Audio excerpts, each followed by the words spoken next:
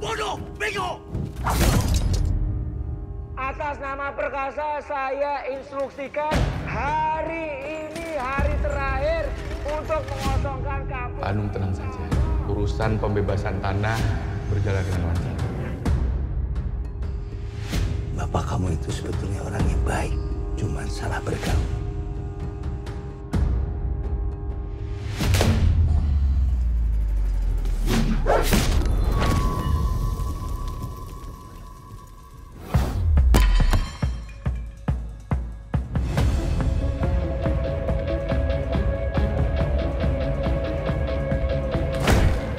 Satu orang tuli dan anak kecil. Saya harus kasih dia pelajaran. Kamu pikir gampang untuk aku ninggalin kalian berdua? Preman? Polisi? Apa bedanya?